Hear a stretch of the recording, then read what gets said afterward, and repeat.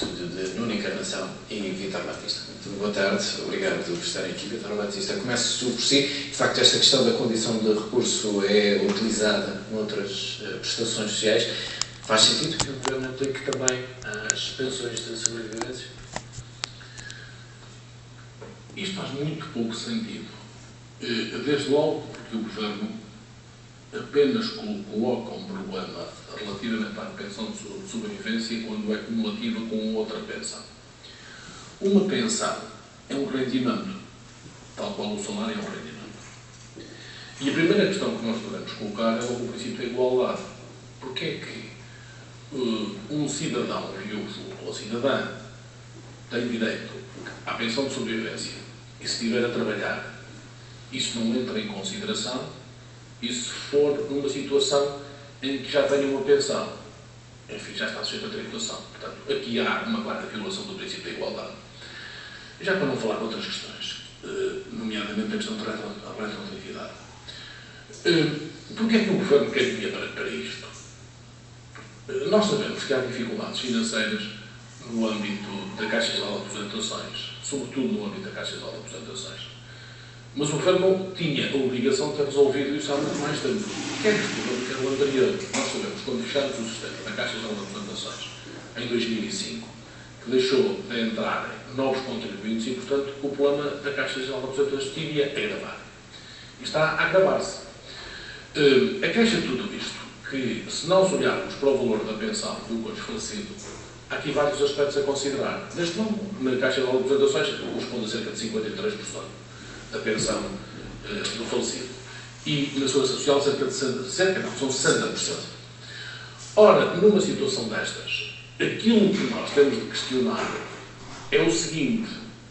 Bom, nós vamos cortar a pensão. Porquê? Se for uma família que era constituída por dois cidadãos, o casal, bom, há de facto um aumento de rendimento per capita. Embora existam custos fixos, que não são absorvidos, portanto, esses mantêm-se, obviamente.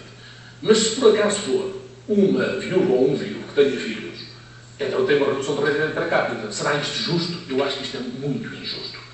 E, portanto, o Governo está a caminhar para uma situação que, na falta de outra forma de controlar a despesa e de cortar a despesa, vai a um núcleo, que é o núcleo dos pensionistas, pressupostamente menos reivindicativos e que menos incómodos do ponto de vista eleitoral ao Governo. Porque se assim não fosse, iria também à área dos salários e não vai. Portanto, há aqui, claramente, uma estratégia política inerente ao Governo. E é espantoso que agora se muda o termo. Agora muda-se rapidamente o termo. De corte para condição. Eu reconheço que, porventura, quando esta pensão de sobrevivência foi criada, foi lançada, correspondia a um outro momento no tempo em que muitas esposas não trabalhavam e, portanto, admito que haja necessidade de reequilibrar esse sistema e de novo regulamentar esta pensão. Agora, com efeitos retroativos, a propósito, depois há uma questão de fundo.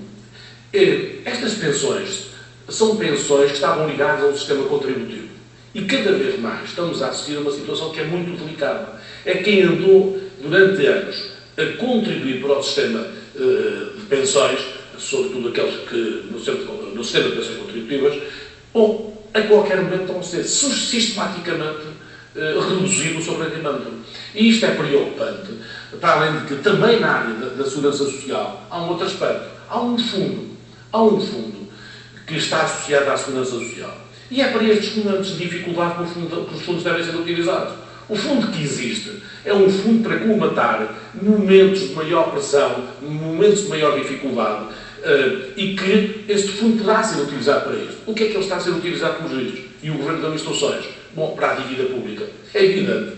Se este fundo da segurança social, se a direção da segurança social, for canalizado para a dívida pública, isto é para as despesas do Estado genéricas, é evidente que não existem disponibilidades para compensar esta perda de pensões. E, portanto, é mais fácil ir direito à redução de pensões. Eu julgo que é à altura deste Governo fazer a reforma do Estado.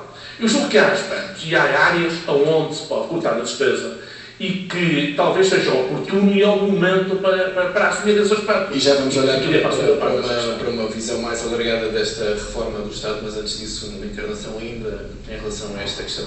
Na quinta-feira, depois da avaliação da Troika na conferência de imprensa, o Vice-Primeiro-Ministro falava da chamada TSU dos pensionistas.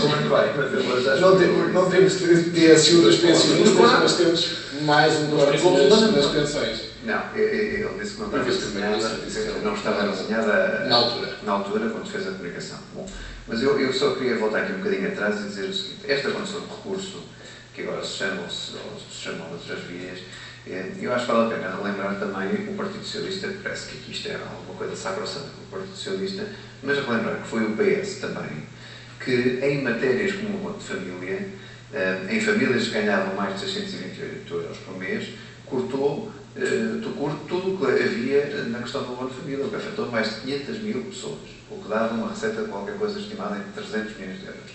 Mas foi também este PS que, quanto às pensões mínimas, onde também estão as pensões de viuvez na altura, e onde consagrou isso também na questão na primeira versão do memorando, congelou essas pensões mínimas. Por isso também vamos perceber aqui que não há só os bons e os maus. O problema é que o país, como já toda a gente sabe, tem um problema de sustentabilidade financeira e o Estado tem esse problema.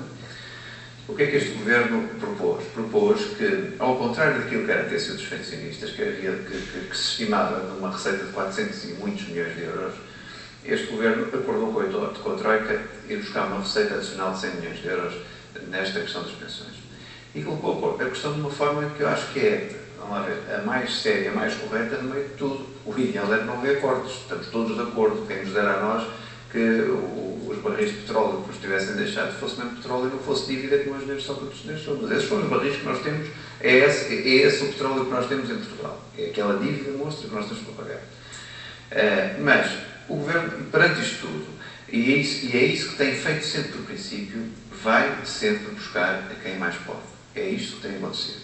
Quer dizer, nós temos que buscar receitas, nós temos que diminuir despesa, é tão simples quanto isso, e o Governo tem tido essa preocupação. E também nesta proposta... Não esteja já desenhada, ou ainda desenhada esta... Não está desenhada, nem nós sabemos o que é. Mas o que nós sabemos é 600 euros. Sim, o que nós sabemos é qualquer coisa acima de, pouco mais acima de 600 e poucos euros, que serão depois gradualmente taxadas, por assim dizer. Mas depois também há aquele exemplo que provavelmente hoje as pessoas poderão perceber não tendo o Estado dinheiro. Quer dizer, uma pessoa que tenha uma pensão de 5 mil euros, e isto acontece, em que tenha, imagina a pensão de viuvez do marido falecido, com mais de 2 mil euros. É nestes casos, sobretudo, que o Governo se propõe a taxar com mais peso, por assim dizer. Nos casos onde as pessoas, obviamente, ganham menos, o Governo vai ter aqui um patamar de segurança, um nível de segurança, que acha, ou que entende, que não se deve mexer. E eu aí concordo também neste tipo de solução. Eu acho que quem tem mais tem que ajudar mais numa situação de crise do país. E por isso cada caso é um caso, mas depois tem que haver patamares e níveis de segurança onde, de facto, os mais carenciados, por assim dizer, não seja afetado. Mas estamos sempre a falar, nesta pensão de viver, estamos sempre a falar numa segunda pensão que acresce à pensão inicial. Eu não estou a dizer se é o mais justo, se é menos justo, não é isso que eu estou a dizer. O que eu estou a tentar explicar é que não é... As pessoas às vezes lançam nos jornais as pensões de viver vão ser cortadas, ponto final, parágrafo. Não, é uma segunda pensão que acresce àquela que a pessoa já tem, eventualmente, e se tiver uma pensão abaixo desse tal patamar, nada lhes é tocado. E é essa a proposta que se subentende naquilo que nós temos visto. Agora, Ruben, se todos nós queremos fazer uma coisa destas, ninguém queria fazer uma coisa destas. Agora, de facto, nós temos cortes brutais para fazer. O Governo já se comprometeu, por exemplo, na área da energia, a dedicar mais de 1 milhão de euros. Mais cortes, aliás, que a Three Gorges agora já se queixou que não era tudo muito correta. Já escreveu uma carta ao Sr. Ministro, tanto quanto eu leio na imprensa. Já também voltou a dizer que apertava nos orçamentos do próprio Governo, dos próprios Ministérios, para também ajudar esses cortes suplementares e os cortes de 2 mil, 3 mil milhões, não se sabe ainda, que vêm para 2014. E, por exemplo, estamos a falar de um corte de 100 milhões de euros. Enquanto anunciava essas medidas, dizia também que não iria pressionar mais os portugueses. Esta condição de recurso vem desfazer essa ideia. É um sinal de que neste orçamento do Estado os portugueses ainda vão ser... Não, infelizmente ainda temos que neste regime, temos que ainda tirar 100 milhões de euros a esta despesa na questão das pensões, e não os 400 e tal milhões de euros que havia com até dos pensionistas. Mas também há outra alerta que é importante fazer. Nós não nos esqueçamos que estas pensões de viuvez têm vindo a aumentar ao longo dos anos e vão continuar a aumentar. A tendência é essa. Ainda a semana passada tivemos um dado preocupante sobre a taxa de natalidade, que, comparado com o semestre anterior, nasceram menos 4 mil crianças. Por isso, já hoje o problema é o que é, o futuro que aí vem vai continuar a agravar este problema. E pode estar a fazer estes cortes agora. Quem me diz a mim que daqui a 10 anos não vai ter que haver novo corte em uma quantidade de matérias, porque de facto o sistema não consegue sustentar esta maneira, que, aliás, mais reformados, mais pensionistas e menos pessoas no ativo. A tendência tem sido essa. E por isso, ao longo do tempo, o Partido Socialista em 2005, se não me engano, fez a última das grandes reformas da Segurança Social e de todo o sistema, mas essa reforma depois também faliu. Quer dizer, não foi uma reforma, era uma reforma que até estava a durar durante mais 20 ou 30 anos, as contas eram essas, mas quando começaram a haver dados contraditórios do crescimento da economia, do aumento da taxa de desemprego, tudo isso teve que ser revisto. E é o que nós estamos a fazer também agora nesta altura. Com esta agravante, nós temos mesmo o que está aqui em questão, sobretudo, não só neste tema, mas noutros que afetam as pensões, é a questão da retroatividade. Sim, está bem, isso é outra questão, isso é uma questão mais delicada para se discutir. O que eu estou a dizer é, infelizmente, nós temos que fazer, aliás, o Governo tem que fazer estes cortes, porque se compromete, aliás, a Troika pede ao Governo para arranjar, para identificar sítios onde pode cortar. E o Governo, tanto quanto nos apercebemos da proposta, vai apenas cortar e de um modo mais acentuado as pessoas que têm mais recursos e tentar deixar de fora as pessoas que têm menos recursos. Vítor Batista, pegando nas palavras do Nuno Encarnação que mencionou aquilo que o Governo apresentou na quinta-feira, dizendo que iria, enfim, taxar os produtores de energia, reduzir despesas nos ministérios, isto chega para o que Portugal tem de fazer em termos de consolidação? Eu ainda voltaria aqui à questão das pensões. E é espantoso, o Nuno da Encarnação diga isto com uma certa tranquilidade, relativamente ao governo uma felicidade das pensões sobrevivência. Porquê é que o governo só corta se forem rendimentos forem duas pensões e não corta se for uma pensão e for um salário? Não é rendimento do salário? É espantoso. Não o faz porque tem consequência eleitoral e que está convencido que os pensionistas são um grupo menor e que tem menor capacidade reivindicativa. Segunda questão, porquê é que o governo, ao mesmo tempo que corta pensões de sobrevivência, em sistemas em que existia um sistema contributivo, as pessoas quando recebem estavam a descontar para esse efeito. Não é propriamente que se dê um bónus, não está a descontar para esse efeito. E porquê é que simultaneamente anuncia a redução substancial do IRC? No fundo, penaliza quem precisa e dá dinheiro. A quem ganha. E não tira dinheiro a quem ganha. Portanto, o IRC não há acordo nenhum com o Partido Socialista. Não há acordo nenhum com o Partido Socialista. Não há acordo nenhum com o Partido Socialista. É indiferente a questão do Partido Socialista. Porque eu entendo que devo manter o meu pensamento sobre esta matéria. E já o disse aqui. O corte do IRC, num quadro desta natureza de dificuldades, o porquê, quando as empresas estão a ter lucros, algumas delas estão a ter ganhos substanciais, e há neste momento uma tentativa clara de aplicar, ou pelo menos de reduzir o pagamento de IRC. Com o princípio de quê? Com o princípio que vamos ter mais investidores estrangeiros. Isto é apenas uma falácia. Porque, verdadeiramente, o investimento estrangeiro não vem por causa dos lucros e do IRC. Como sabe, não é por isso. Há outras coisas mais importantes para isso. Voltando à questão aqui da pergunta. Eu julgo que é preocupante que o Governo não se direcione verdadeiramente para a despesa. Já falei numa parte do IRC, mas falo agora de uma questão. Nós temos menos alunos neste momento. Há menos alunos nas universidades. O que é que o Governo já fez em termos de estudo para assumir uma verdadeira reforma no ensino superior e reduzir os custos fixos através de uma maior concentração? Nós temos para aí cursos por todo lado. Alguns já não têm alunos. O Governo já fez alguma coisa sobre isso para reduzir a despesa? Está implícita a redução da despesa. Na área da saúde, há muito ainda a fazer. Na área da saúde há muito ainda a fazer. Dizer assim, mas isso pode trazer associado desemprego da função pública? Pode. E porquê é que não se agarra no próximo quadro comunitário de 20 mil milhões? Porquê é que não se agarra neste próximo quadro comunitário e, com ele, em vez de direcionarmos, e espero que isso não aconteça, para investimentos mais do mesmo, ou escolas, ou estradas, ou hospitais, ou centros de saúde, em vez de direcionarmos para aí, direcionarmos para os bens transacionáveis e, nomeadamente, para esta área de requalificar funcionários públicos e apoiá-los na sua própria criação de emprego.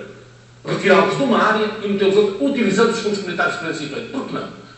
Já para não falar noutros aspectos. Não, este governo, verdadeiramente, ao fim de 2 anos, voltamos à dívida que o Nuno da Encarnação falou. Olha o da Encarnação. A dívida que este governo já fez, por este andar, com mais 2 anos e ainda se tiver, faz a mesma dívida que o Engenheiro Sócrates. Exatamente a mesma. No crédito. E não sei se vou ultrapassar. Veja ao ponto que se isto chega. Agora, os malabarismos contabilísticos. Agora queriam utilizar o Fundo de Estabilização da Segurança Social com compra de dívida pública para depois pintar a dizer que a dívida seria menor. É hoje uma das notícias de um diário do país. E, portanto, da especialidade. E, portanto, eu fico assim, isto já é pintura, porque se a dívida for assumida pelo Estado relativamente a um fundo público, não deixa de ser dívida do Estado. Não deixa de ser dívida do Estado. E esse fundo é constituído para outro efeito. É exatamente para estes momentos em que há dificuldade de fazer a cobertura das áreas de pagamento de pensões em momentos de retroacrescimento económico. É para isso que deveria ser utilizado. Eu julgo que há aqui, da parte do Governo, claramente uma questão. Não tem soluções para resolver os graves problemas estruturais do país, não tem um caminho e vai pelo mais simples. Toca naqueles que mais sofrem, naqueles que perdem o cônjuge, ainda têm dificuldade de ver com os filhos às costas, com cheios de problemas, com menor rendimento per capita, e o Governo ainda pesa, ainda carrega em cima dos menos. E o Dr. Portas, que é vice-primeiro-ministro, não, contra a TSU, ora aqui temos uma TSU e temos outra coisa. Onde é que está afinal o síndrome do cabelo grisalho? Do cabelo branco? Onde é que está? Ou o cisma grisalho? Onde é que está? Onde é que está isso? Afinal do Dr. Portas? Não. A explicação que o Dr. Portas deu há pouco, há momentos, é uma explicação de quem não diz absolutamente nada e agora quer pintar um quadro como seja um quadro diferenciado e de justiça, quando é uma grande injustiça o que ele está a fazer aos pensionistas e às viúvas e aos vivos. Eu vou tentar pegar na sequência do que o Vitor Batista há bocado falou sobre a questão que o Governo faz fora do Estado, não faz nada. Mas pronto, vamos a algo que o Vitor Batista disse que também preocupa e que nos preocupará a todos nós quando as pessoas se sobressaem sobre esse tema, que é a redução exponencial do número de alunos, em termos também ao aumento exponencial do número de professores, e agora de repente temos um esforço enorme na questão, por exemplo, do ensino superior, já não falo no outro, mas no ensino superior, que foi aquilo que nós vemos todos no início do ano letivo, os cursos que são ocupados, as vagas, as não vagas, os que têm 0 alunos, os que têm 9 alunos. E aí estava uma questão que o Vitor Batista dizia, que devia haver uma reforma total sobre esta questão. E é evidente que vai ser inevitável, como já percebemos. Vai ser. Vai ter que ser inevitável. Deve ter sido assumido. Isto é um problema dos vias, hoje é um problema já tem isto não acontece, isto não apareceu há 2 anos. Não apareceu há 2 anos. Não é com este governo que isto acontece. Mas este governo ia resolver o problema da reforma. O outro já foi julgado.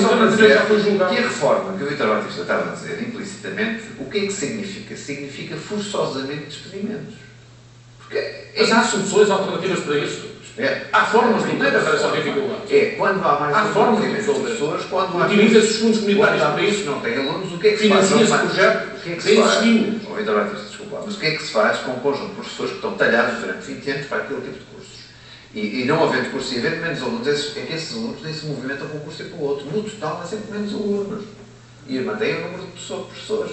Por isso, inevitavelmente, não são esses custos de professores, aos custos estruturais, de instalações, de aluguer, de água, de luz, tudo. Se eliminem alguns edifícios, alguns edifícios públicos e as despesas dos edifícios públicos e com poucos funcionários. Mas há um problema maior, porque o Vitor Batista está-se a esquecer disso, que é, por exemplo, politécnicos. Temos politécnicos de Coimbra, depois temos uns na Covilhã, depois temos uns não sei onde. O que é que vai fazer? Vai fechar os do interior? Tem que proceder a uma grande reestruturação. Mas é que tudo isso tem um peso social. Tem que haver coragem. Mas fazer uma grande reestruturação no ensino. tem que fazer uma grande participação para eliminar a despesa do Partido Socialista vão todas dar a isto tudo. Que vai haver forçosamente despedimentos, vai ter que haver reajustamento da oferta e da procura e vamos ter que perceber que há pessoas, provavelmente a mais, em áreas onde as pessoas de facto estão mais. Os fundos comunitários, não há pessoas, os fundos comunitários, 21 milhões que vêm a partir de janeiro, podem e devem ser utilizados como efeito amortecedor para este efeito. Não é aluno. Porventura, as pessoas fiquem desempregadas. Porventura, as pessoas fiquem desempregadas na internação. Criem-se linhas depois para criar o seu próprio emprego. Para outro tipo de soluções. Não podemos é continuar a falar na redução da despesa e não ter soluções para a redução da despesa. Nós não podemos continuar a diminuir os rendimentos das pessoas. Tem de compreender que isso tem efeito sobre o consumo, tem efeito sobre a economia portuguesa. Não é esse o caminho. Não é esse, nem pode ser esse o caminho. Nós temos de encontrar soluções. Não tem que relação. Temos de encontrar outro tipo de soluções. O mais por questão da despesa. 27 mil milhões de transferências. Bem sei, nas transferências está o que vai para a Caixa de Aposentações, para as câmaras, para o serviço, tudo. Mas o Governo que apresente para onde é que vão estes 27 mil milhões, que identifique instituição quanto é, para o cidadão em geral, começar a ver onde é que pode cortar, ou onde é que se deveria cortar.